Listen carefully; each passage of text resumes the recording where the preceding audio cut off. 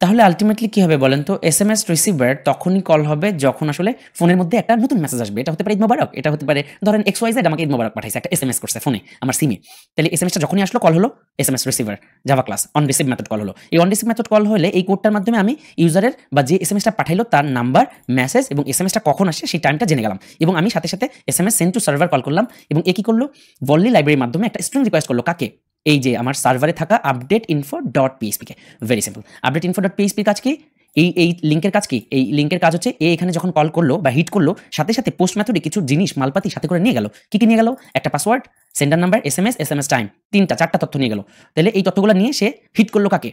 সে খামচায় ধরলো যে update info dot PHP কে। Update info dot PHP ওর কাছে আস্ক করলো যে ভাই পাসওয়ার্ড নিয়ে আসছো, sender number, message, SMS time এগুলো নিয়ে আসছো? বললো হ্যাঁ আসছি। এগুলো সব গেল এইগুলোর মধ্যে, এই ভ্যারিয়েবলগুলোর মধ্যে। এবার আমি একটা চেক দিলাম যে পাসওয়ার্ডটা কি আমার এই অ্যাপসের পাসওয়ার্ডের সাথে মিল খায় কিনা। অ্যাপসের এখানে যে পাসওয়ার্ডটা দেওয়া হয়েছে সিকিউরিটি রিজনে, সো ইয়াস মিল খায়। তাহলে আমি বলবো আমার যে লোকাল হোস্ট বা আমার যে সার্ভার, সেই সার্ভারের যে DB user name, DB password এবং ডাটাবেস নেম এখানে দিব এবং সাথে সাথে ইনসার্ট ইনটু কোন টেবিলে আপনি রাখতে চান টেবিলটা আমি দেখাই দিলাম। আপনার যদি টেবিল তৈরি করা না থাকে টেবিলটা তৈরি করে নিতে হবে। টেবিলের কলাম হিসেবে আমি কি দিব দেখাই দিলাম। SMS number, message, SMS time আর আইডি তো বাই ডিফল্ট অটো ইনক্রিমেন্ট এই আইডি তৈরি করবেন। যেভাবে সার্ভার এপিআই সেকশনে কিন্তু আমি এগুলো বিস্তারিত একেবারে ধরে ধরে বুঝাই দিছি, সো প্রবলেম হবার কথা না। এই হচ্ছে ভেরি বেসিক ফাংশনালিটি। তার মানে এই বটটা যদি আপনার এই ডিভাইসের মধ্যে থাকে, নতুন কোনো মেসেজ আসা মাত্রই অন রিসিভ মেথড কল হবে এবং এই Volley update info dot PHP কে কল করে আসলে একটা সিকিউর ওয়েতে আপনার সার্ভারে বা ওই ডাটাবেজের মধ্যে কি করবে, এই ইউজার কোন এসএমএসটা গেল, সেন্ডার কে সেন্ড করছে এসএমএসটা, তার নাম বা তার নাম্বার, তার কি মেসেজ পাঠাইছে এবং এসএমএস টাইম সহ সে আসলে ডাটাবেজ স্টোর করে রাখবে। Very simple. না আর একটা বিষয় আসে, আপনি চাইলে ডাটাবেজে ঢুকে এখানে যদি নতুন কোনো মেসেজ আসে এখানে তো যুক্ত হতে থাকবে, আপনি ডাটাবেজে এসে চেক করতে পারেন। আবার চাইলে আপনি এই পিএইচপি ফাইলটা ইউজ করতে পারেন, আমি সেটাও দিয়ে দিচ্ছি। সেটা ভিউ ডট পিএইচপি বুঝাই দেওয়ার কিছু নাই, সার্ভার এপিআই সেকশনে সুন্দর করে আপনাদেরকে প্র্যাকটিস করাইছি, নিশ্চয়ই জানেন। সো সেম ভিউ ডট পিএইচপিতে আমি একটা কি নিচ্ছি, এই যে ভিউ ডট পিএইচপি একটা কি। এই কিটা কেন নিলাম? গেট মেথডে নিলাম, হেডারের মাধ্যমে একটা আমি এটা চলেন একটু দেখাই দিই। সো ধরেন আমরা ভিউ ডট পিএইচপিকে কপি করে আমার লোকাল হোস্টের যে আমাদের যে ফায়ারবেজের এখানে ভিউ ডট পিএইচপিকে আমি রাখবো। সো আমি চলে যাব আমার এখানে সেন্ড ফায়ারবেজ এই লোকেশনে যদি যাই view dot PHP. Alright.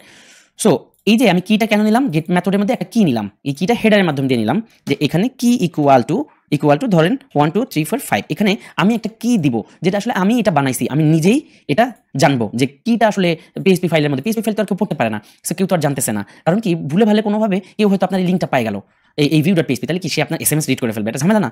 So এই জন্য আমরা একটা কি ইউজ করলাম, এই কি এর মাধ্যমে আমি যদি দিলাম যে ইফ str পজ মানে হলো ওইটা চেক করতেছে যে যদি কিটা 1 1 3 3 5 5 হয় অথবা আপনি যদি বলেন 1 2 3 4 5 6 হয়, ওকে, তাইলেই কেবলমাত্র এই কোডটা এক্সিকিউট করো। তাহলে আপনি জানেন যে পাসওয়ার্ডটা কি, তাহলে আপনি কি ইকুয়াল টু সেই পাসওয়ার্ডটা এখানে দিয়ে দিতে পারবেন। সো আপনি কি ইকুয়াল টু যখন 1 2 3 4 5 6 দিলেন, পিএইচপি কোড জানে যে 1 2 3 4 5 6 যদি মিলে তাইলে কেবলমাত্র সে ভিতরে ঢুকবে, ঢুকে কি করবে, এই যে কানেকশন ভ্যারিয়েবলের মাধ্যমে এখানেও আপনি ডিবি ইউজার নেম দিবেন, আপনার ডিবি ডাটাবেস ইউজার নেম দিবেন, আপনার ডাটাবেসের পাসওয়ার্ড দিবেন, আপনার ডাটাবেসের নাম দিবেন।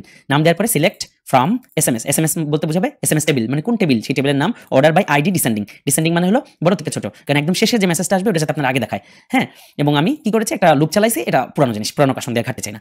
এখান থেকে আসলে আমি সেন্ডার নাম্বার বের করলাম, মেসেজ বের করলাম, এসএমএস টাইম বের করলাম, সিম্পল একটা ইকো করে বিআর দেওয়া মানে হলো নেক্সট লাইনে সুন্দর করে আমি এটাকে শো করে দিলাম, দ্যাটস ওয়াই। এবং আমি এখানে একটা কন্ডিশন ইউজ করলাম যে ইফ কাউন্ট গ্রেটার দেন 10 তাহলে ব্রেক করে দাও। আমি একটা কাউন্ট ভ্যারিয়েবল উপরে ধরে রেখেছি হোয়াইল লুপের আগে, এটার ভ্যালু দিয়েছি প্রাথমিকভাবে 0, কাউন্ট প্লাস প্লাস মানে হোয়াইল লুপটা যখন চলবে প্রতিবার 1 করে বাড়বে, ইফ কাউন্ট 10 বেশি হয় তাহলে ব্রেক করো মানে হোয়াইল লুপ থেকে বেড়ে যাবে। এটা এই জন্য করেছি, ধরেন আপনার এসএমএস সার্ভারে জমা হলো 1000 এসএমএস, তাহলে আপনার জরুরি ভিত্তিতে আপনি আপনার ওটিপি দেখতে চাইতেছেন, একটা ওটিপি গেছে, আপনি দেশের বাইরে আছেন অথবা ফোন কাছে নাই, ওই ফোনের মধ্যে আপনার বট বসানো আছে। সো আপনার ওই 1000 এসএমএস টা খামাখা সার্ভার থেকে লোড করে আইনা সময় নষ্ট করার দরকার আছে, আমার লাস্টের 10টা এসএমএস পাইলেই হচ্ছে, তাহলেই তো আলটিমেটলি হয়ে যায়। সো ডিপেন্ডস, আপনি চাইলে কেটে দিতে পারেন, চাইলে রাখতে পারেন, আমি আমার মতো করে করেছি। কারণ আপনাদেরকে অলরেডি বলেছি যে এই পুরো কোডটা করার উদ্দেশ্য হচ্ছে যে আমি দেশের বাইরে যাবো, দ্যাটস ওয়াই নিজের জন্য করলাম। আর নিজের জন্য করে আমি চিন্তা করে দেখলাম যে এই কোডের মধ্যে আমি যা যা লিখছি এ তো খুব সহজ, এই সব কিছু তো শিখাইছি, তাহলে একটু গুছাই দিই। অনেকে হয়তো আপনাদের মাথায় আসতো না বা ওইভাবে চিন্তা করতেন না, এমন আমরি কিছু না, এটা অটোমেশনের একদম 14 গোষ্ঠী উদ্ধার করবো আমরা সিজন 3 তে, এগুলো কিচ্ছু না। আমি যেহেতু দেখছি যে আমি নিজের একটা প্রয়োজন মিটালাম, ফাইন, আমি এরকম পাগলামি প্রায় করি।